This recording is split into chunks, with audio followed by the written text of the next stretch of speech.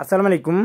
আজকে আমার কিছু ফার্মি মুরগির বাচ্চার চোখ এবং মুখে ইনফেকশন হয়ে চোখ এবং মুখ ফুলে গেছে। দেখতেছেন আপনারা যারা মুরগি পালেন তারা অবশ্যই জানেন যে এই ভাইরাসটা আসতে পারে।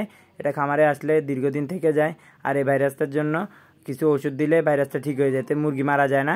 আজকে আমি আপনাদেরকে দেখাবো কিভাবে মুরগিকে এই ভাইরাসটা আক্রমণ করলে যত্ন নেবেন। আসলে এই ভাইরাসটা এত মারাত্মক কোনো ভাইরাস না, অল্প কিছু ওষুধ দিলে মুরগিগুলো সুস্থ হয়ে যায়। আমার এখানে এখন 3টা মুরগির মাধ্যমে এই ভাইরাসটা দেখা গিয়েছে, সেজন্য আমি সাথে সাথে মুরগিগুলোকে আমার বাকি মুরগিগুলো থেকে আলাদা করে ফেলতেছি।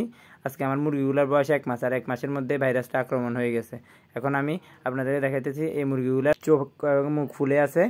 এরপর এখন আমি এগুলোকে ওষুধ দিয়ে দিব, সেজন্য আমি এখন একটা ডব নিয়ে এসেছি, চোখের ডব, আর হচ্ছে রেনামাইসিং পাউডার, আর দিবেন হচ্ছে অ্যান্টিবায়োটিক। এখন আমি দেখাচ্ছি আপনাদেরকে রেনামাইসিং পাউডার। এখানে 100 গ্রাম থাকে, রেনামাইসিং পাউডারটা থাকে 100 গ্রাম, আর ইরাপ্রিন হচ্ছে অ্যান্টিবায়োটিক।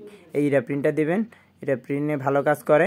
আর সাথে আপনারা চেষ্টা করবেন যদি মুরগির চোখে ইনফেকশন হয় তাহলে ডব দেওয়ার জন্য। চোখে যে কোনো কোম্পানির ডব দিতে পারেন, তবে মুরগিকে ডব দিলে চোখের ভাইরাসটা তাড়াতাড়ি কেটে যায়। এখন আমি আস্তে আস্তে ধরে আমার মুরগিগুলোকে দিতেছি।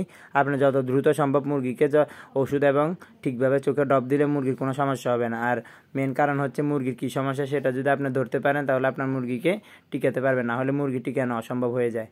কারণ আমি দেখতেছেন আস্তে আস্তে করে 2 চোখের মধ্যে 1 ফোঁটা করে দিয়ে দিতেছি, আর মুরগিগুলোর চোখ মোটামুটি ভালোই ফুলে আছে। আসলে আমি এটা ভিডিওটা করেছি যে আজকে 2 দিন হয়ে গেছে। এখন আমার মুরগিগুলো আলহামদুলিল্লাহ সুস্থ আছে, আর এই মুরগিগুলোকে আমি ঠিকভাবে যত্ন নিয়েছি, সেজন্য আলহামদুলিল্লাহ মুরগিগুলো এখন পুরোপুরি সুস্থ আছে। আর আমি বাকি মুরগিগুলোর সাথে আমার এই মুরগিগুলো দিয়ে দিয়েছি। মাশাআল্লাহ দেখতেছেন এখানে আমার সবগুলো মুরগি আলহামদুলিল্লাহ সুস্থ আছে। আর এখানে আমার ফার্মি মুরগিগুলোর বয়স আজকে হয়েছে 1 মাস। আর এখানে আমার কিছু দেশি মুরগি আছে, আর কিছু ফার্মি মুরগির বাচ্চা আছে। আসলে আমি আর কিছুদিন পর দেশি মুরগিগুলোকে আলাদা করে ফেলবো, আর ফার্মি মুরগিগুলোকে আমি বড় করার চেষ্টা করবো। তা আপনাদেরকে আমি সবসময় ভিডিওর মাধ্যমে দেখানোর চেষ্টা করব। আর আপনারা সবাই আমার এই মুরগির বাচ্চাগুলোর জন্য দোয়া করবেন। আল্লাহ যেন সবগুলো মুরগিকে সুস্থ রাখে। সবাইকে ধন্যবাদ। আসসালামু আলাইকুম।